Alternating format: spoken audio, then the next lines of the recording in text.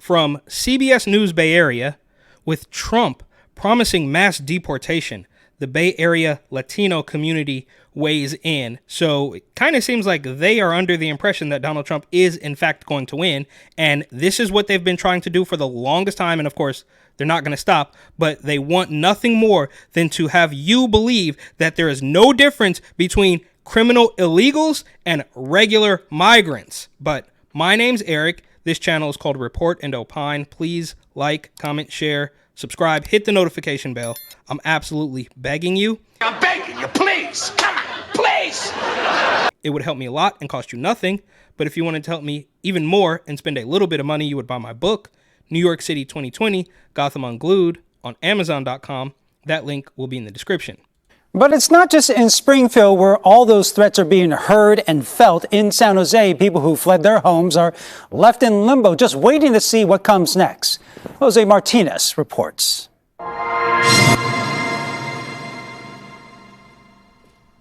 Maria Corrales, a recently naturalized U.S. citizen after living in the country for almost 30 years, is ready to cast her vote in November. For her, the stakes couldn't be higher. Para mí va a ser muy importante. Okay, so she is a legal immigrant who has been here for several decades and is now going to vote, but you want to conflate that with criminal illegals who are running roughshod over Americans all over the place. And I'm not sure, but if this woman is legal and has been here for 30 years, as you claim, she's on the news and can't be bothered to speak one word of English?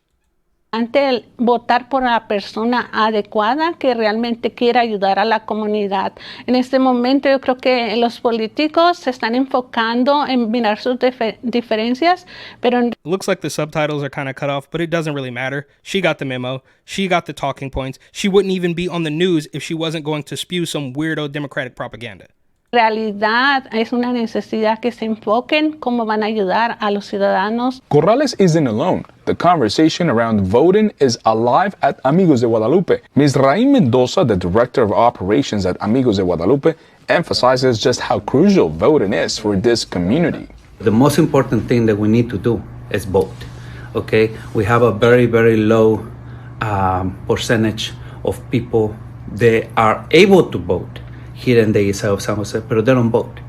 And I feel that the issue is because they don't feel that the vote matters, right? But we here telling them that the vote matters for us, right? The people that we cannot vote. According to a 2018 Pew Research Center study, about 55% of Latino adults say they worry that they, a family member, or a close friend could be deported. How could you possibly even wonder? How could you have any fears of that if you came through legally, right? And you're just not going to even touch on the idea that those are two completely different things? The 2020 election, a record 16.6 million Latinos cast their votes, making up 13% of the total electorate. With upcoming elections, the Latino vote is expected to play a pivotal role in shaping the outcome, as more citizens feel the need to protect their communities, just like Maria Corrales is planning to do this year. Cuando yo estaba aquí migrante, tenía mis hijas pequeñas, siempre tenía un temor muy grande de que eso me pasara a mí. Miraba familias destrozadas, separadas y niños completamente que los quitaba el sistema. For Maria and many others, it's not just about politics. It's about family, community, and the fight to preserve their way of life. And joy. I'm sure there's joy too, right? And according to a new poll from the Scripps News and Ipsos, 54% of Americans say they strongly or somewhat support a broad effort to deport millions of immigrants. No. And there you go. Once again, millions of immigrants. Really? I don't think they're going to be deporting millions of immigrants, because we also constantly hear from the left that we're a country of immigrants. We're all immigrants. We come from somewhere. So those aren't the people that are leaving. The people who should be deported are criminal illegals. And we see, of course, largely the Venezuelans running roughshod all over people in cities across the country. And it seems to me that it should be a little bit insulting to the Latino community who showed up legally decades ago and having them be conflated with the criminal illegals that have hopped over the border or crawled under the fence or through the river or whatever it is.